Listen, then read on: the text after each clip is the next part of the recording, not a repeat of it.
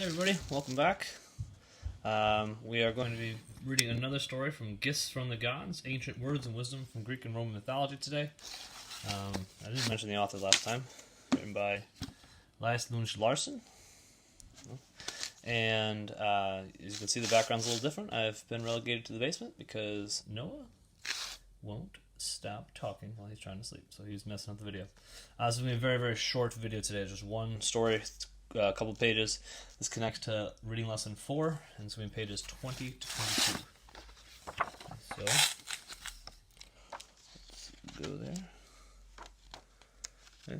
And this is the story of, from Greek mythology, of the Fates.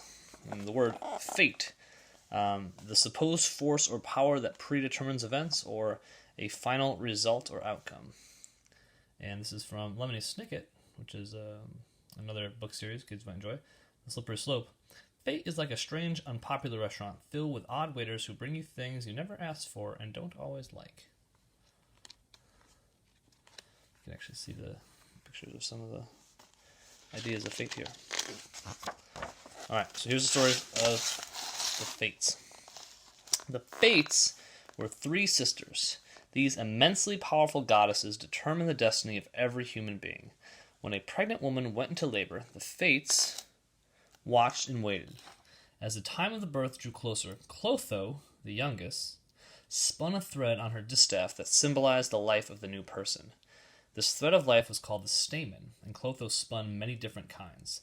Some stamen were made of fine linen, and others were made of ordinary wool. Some were fragile, and some were tough. Some were soft, and some were coarse.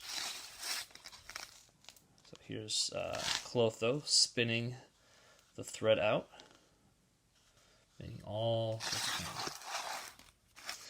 While Clotho spun, the middle sister, Lachesis, decided if the new baby's life would be good or bad, blessed with wealth or rife with poverty, orderly or chaotic. The oldest sister, Atropos, cut the thread of life with sharp scissors, determining how long a person would live. Sometimes Clotho spun a thread so sturdy that Atropos had a hard time cutting it.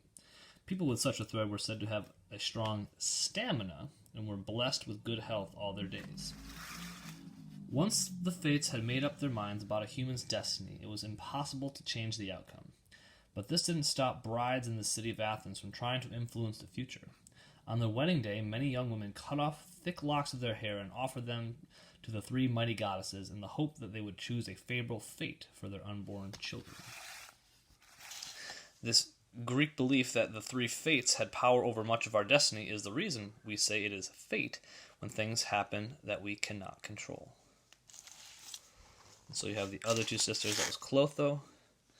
This is Lachesis, who's deciding whether or not it would be good or bad. And then Atropos, who decides how long the thread of life is. People who have tremendous physical power and endurance seem to have a strong thread of life. That's why we say these people have great stamina.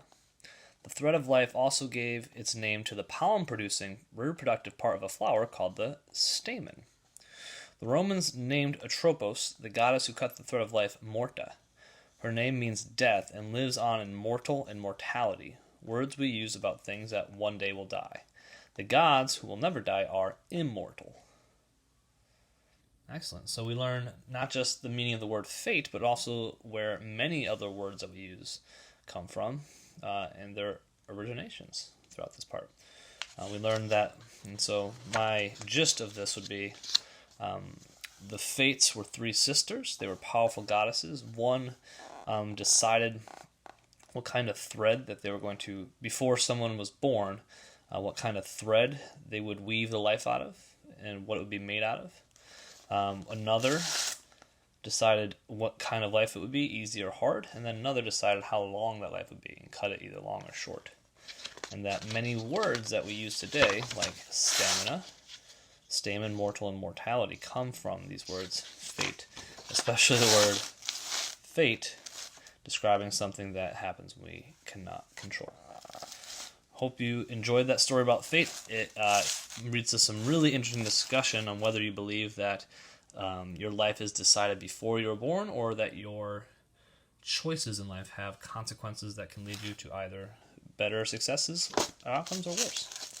So this is Gifts from the Gods again, and we'll see you over at lesson number 4.